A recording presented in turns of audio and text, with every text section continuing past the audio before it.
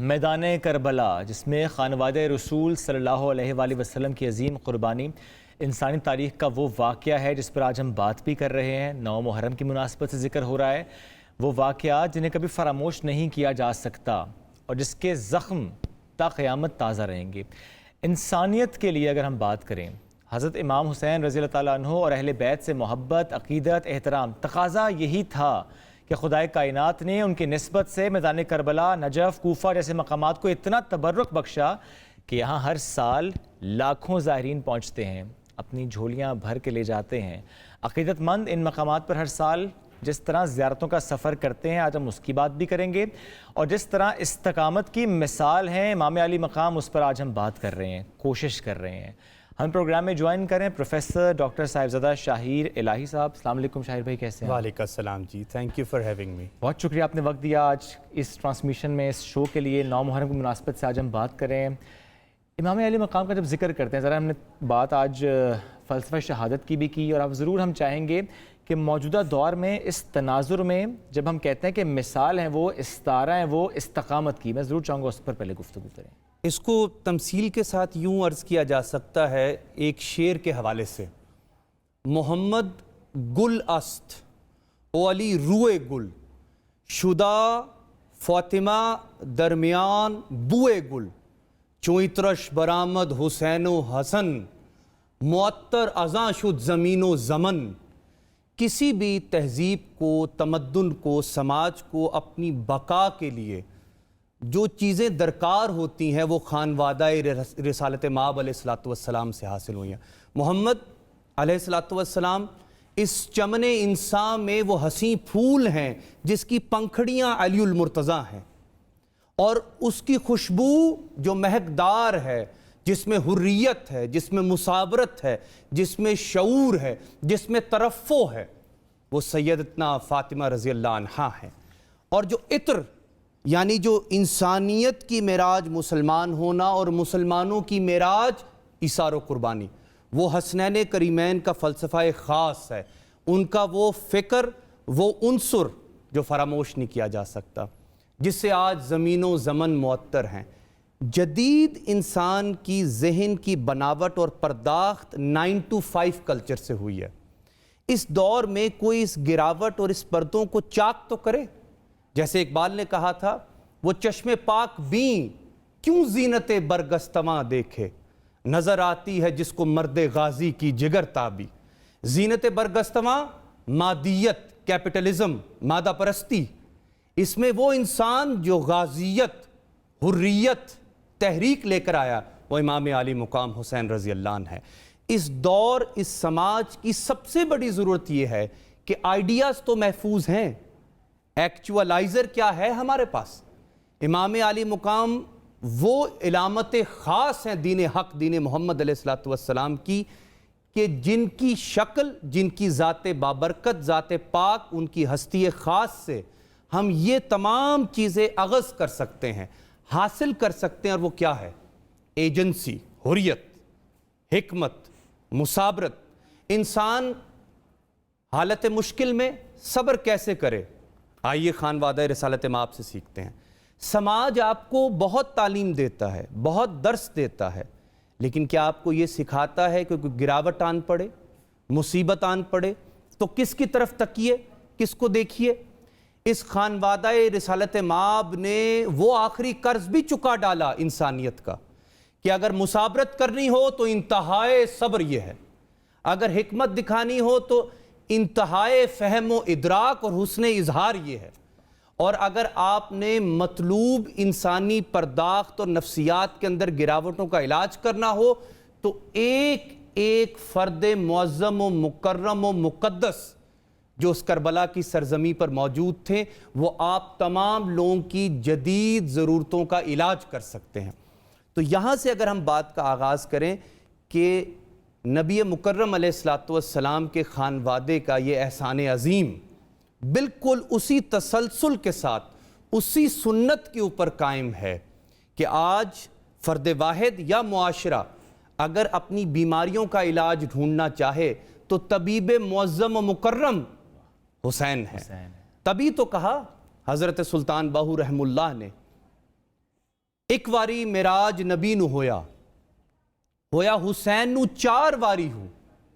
پہلا میراج امبڑی دی گودی, the cornerstone of the society and culture, family, ممتا, ماں اور پسر, شفقت پدری, اور کس خانوادے میں پل رہے ہیں. دوسرا معراج نانے دی سواری ہو. واہ. تیسرا معراج خنجر دی, تیسرا معراج نیزے دی نوک اتے جتنا ویکھیا خلقت ساری ہو. تے چوتھا معراج خنجر دی دار اتے جتنا شاہ نماز گزاری ہو. یہ وہ 4 معراج ہیں, یہ 4 وہ پولز ہیں, وہ آئینے ہیں, وہ دریچے ہیں جہاں سے ٹھنڈی ہوائیں آج بھی آتی ہیں. علی شریعتی نے, ڈاکٹر علی شریعتی نے بہت کمال جملہ کہا تھا, آج تک لغت اور فرہنگ انگریزی میں کیا اس کا آلٹرنیٹ موجود ہے جب ہم کہتے ہیں سیکریفائس, آلٹروازم؟ کہتے نہیں, وہ ہے ایثار. قربانی اس کا بدل تو ہے, لیکن جو لفظ ایثار ہے, یہ جو خیال ایثار ہے, اس کا حال امام علی مقام ہے. ایثار سیکھنی ہو تو امام علی مقام ہے. ایثار کیا ہے؟ کوئی بدل نہیں چاہیے, کوئی اجرت نہیں چاہیے, کوئی اجر نہ چاہیے. یہ خلف اللہ خلف الارض کی ذمہ داری ہے کہ وہ دین حق کو غالب کرے. ابن اسد اللہ الغالب کی غالب حکمت یہ ہے کہ آپ صبر کیسے کریں گے, طاقت ہوتے ہوئے طاقت کا استعمال کیسے نہ کریں گے, معاف کیسے کریں گے.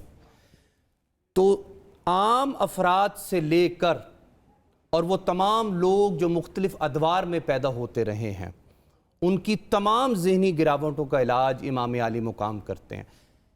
غالب خیال, غالب آئیڈیا کیا ہوتا ہے, غالب علامت کیا ہوتی ہے جو کسی بھی تہذیب, کسی بھی سماج کو بقا کا سامان دیتی ہے, جو کسی صدی کے جبڑے کے ذریعے کھائے نہ جائے. صدیاں کھاتی ہیں, لمحے تاریخ کیا کرتے ہیں, کیواڑ اور روزن میں اپنے حافظے میں ہمیں پھینکتے جاتے ہیں اور پھر ملیا میٹ کر دیتے ہیں. امام علی مقام ایک ایسی حسینیت, ایک ایسی حریت رقم کر گئے ہیں جو غالب ہے, تابندہ ہے, درخشندہ ہے, کبھی غائب نہ ہونے والی ہے. تو یہ اس کا سماجی پہلو ہے. آج اگر ہم میں فرسٹریشن ہے, انگزائٹی ہے, عدم اعتماد ہے اور قوت برداشت نہیں ہے, تو آئیے دیکھیے خانوادہ رسالت مآب کی طرف, کٹ کٹ کے بازو گر رہے ہیں, پیاس ہے, لیکن کیا بات ہے, وہ آئیڈیا جس کی کوئی لکیل نہیں ہوتی, اس کے ساتھ آپ کا رشتہ, آپ کا بندھن کیسے پیوست ہو سکتا ہے. کپڑوں سے آ رہی تھی رسول زمن کی بو, دلہا نے سونگھی ہوگی نہ ایسی دلہن کی بو, حیدر کی فاطمہ کی حسین و حسن کی بو, پھیلی ہوئی تھی 4 طرف پنج تن کی بو. اس حبس میں بھی ایک خوشبودار تحریک, ایک پیغام, ایک فکر امام علی مقام کا گونج رہا تھا, اور وہ کبھی بند نہ ہونے والا ہے. تو اس حبس کو آج بھی کاٹنا ہو جو ہمارے گھروں میں ہے, گلیوں میں ہے, ہمارے علاقوں میں ہے اور بین الاقوام ہے, ہر جانب ہے, تو امام علی مقام ہمارے پاس وہ علامت عظمیٰ کے طور پر موجود ہیں کہ کس حکمت کو اپنائیے. تو یہ چند جملے اس دن کی مناسبت سے کہ ان کو خراج تحسین تو ہم تمام بنی نوع انسان مل کر بھی پیش نہیں کر سکتے, لیکن یہ عنصر کہ وہ سماجی تمدنی پہلو کہ ہم اپنی گراوٹوں کا علاج کیسے کر سکتے ہیں, ذکر کر سکتے ہیں, ہم بات کر سکتے ہیں اس حوالے سے. اور جس طرح آپ نے فرمایا, ذکر کے ساتھ فکر امام علی مقام پر کیسے چل سکتے ہیں. ذکر خیال ہے, فکر حال ہے. تو خیال اور حال کی بود و فصل کو امام علی مقام کم کر کے دکھاتے ہیں, اس کا فاصلہ بالکل مٹا دیتے ہیں. خیال اور حال مل جائے تو آپ انسان بن جاتے ہیں, اور اس کی معراج مسلمان ہونا ہے, اور اس کا قوت تخیل, اس کی پرواز امام علی مقام ہے رضی اللہ عنہ وعلیہ الصلوۃ والسلام.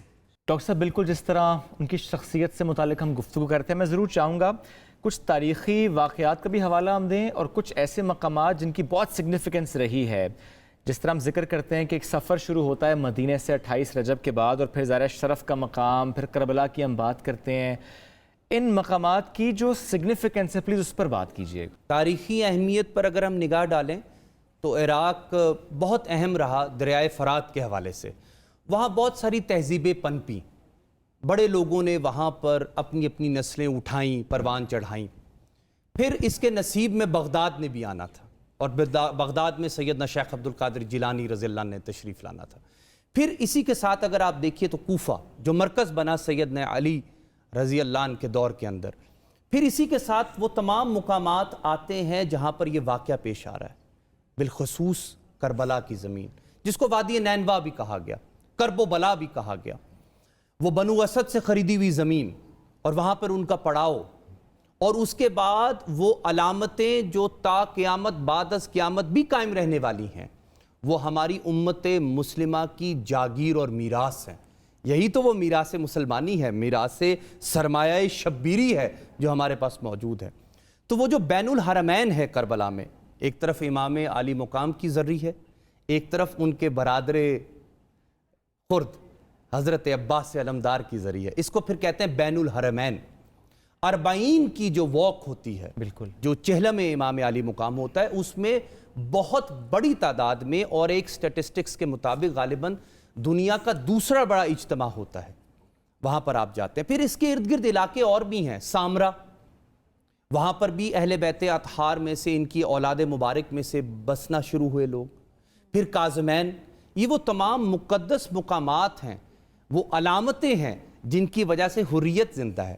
وہاں جا کر آپ سیکھتے کیا ہیں کہ انقلاب زندہ ہو، وچوں آتش باروں خاکی دستے حالوں خستوں، جے ہک نعرہ کرن محمد ڈھین پہاڑ شکستوں، جے ہکا دردی مارن ہندہ ملک ویرانی، کوکافاں دے سبزے سڑدے ندیاں رہے نہ پانی. اس علاقے کے اندر ایک ایسی میگنیٹک ویو ہے ان مقدس مقامات کی وجہ سے. فرات آج بھی بہے چلے جاتا ہے، بے شک. بغداد، پھر کوفہ، پھر مسجد کوفہ، وہ ممبر جس پہ علی المرتضیٰ تشریف فرما رہے رضی اللہ عنہ. پھر وہ وادی نینوا، کرب و بلا، کربلا، جہاں پہ امام علی مقام کی شہادت ہوئی اور آپ کے خانوادے اور اصحاب کی. اور پھر اس کے بعد اسی جگہ پر آج بھی گنج شہیدہ موجود ہے، زری مبارک موجود ہے، بین الحرمین موجود ہیں، اور وہ تسنن و تشیع کے لیے اتفاق کی جگہ ہے، بڑی خوبصورت جگہ ہے جہاں پر جا کر ہم اپنی ایمان کو تر و تازہ کرتے ہیں. پھر اس کے آگے سامرا ہے، پھر کاظمین ہے. تو ائمہ اہل بیت کا احسان عظیم ہے کہ اس پوری وادی کو آپ نے اپنے قدموں سے، اپنی سنت سے وہ شرف بخشا کہ آج بھی ہم جاتے ہیں تو یہ تمام چیزیں تازہ ہو جاتی ہیں. وہ ایک ایک مقام محفوظ ہیں. بازو کٹ کے کہاں گرے، کہاں کہاں قتل ہوا، کہاں کہاں سفر کروایا گیا. وہ امت کو احساس دلاتا ہے کہ یہ مقامات کتنے اہم ہیں. اس کی جغرافیائی اہمیت تو ہے، تاریخی اہمیت تو ہے، لیکن سماجی اور تمدنی علامت اتنی بڑی ہے کہ ان کو زندہ و تابندہ رکھنے سے ہم زندہ رہیں گے. تو وہاں پر جانا اس لحاظ سے بھی ایک اصول معظم بن جاتا ہے امت مسلمہ کے لیے کہ آپ کو یاد رہے کہ دین بچتا ہے تو دین پناہ حسین، سرداد نداد دست در دست یزید، حقا کے بنا الہ الہ است حسین. تو ان مقامات کے اندر آپ کو یہ گونج نظر آتی ہے ہر اعتبار سے. تو یہ تمام مقدس مقامات موجود ہیں. اور پھر یہ ہب بنے درس نظامی، جو آپ کا مدرسہ نظامیہ بغداد تھا، یہیں سے اٹھا. یہیں تمام ائمہ اہل بیت نے تبلیغ فرمائی.